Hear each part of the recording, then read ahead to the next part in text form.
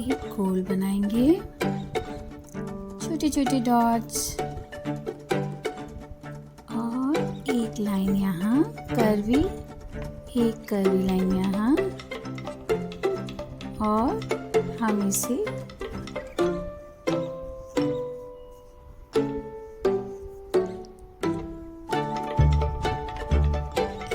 ऐसे जाकर ऐसे कर देंगे।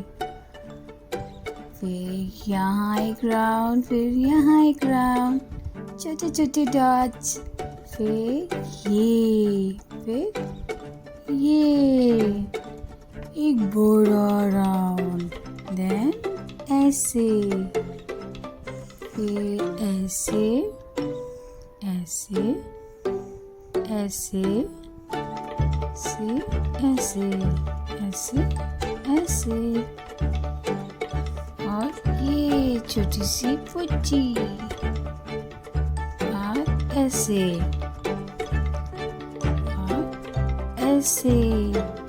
तो बच्चों, ये है आपकी पपेट। अगर आपको ये वीडियो अच्छी लगी तो प्लीज़ लाइक एंड शेयर।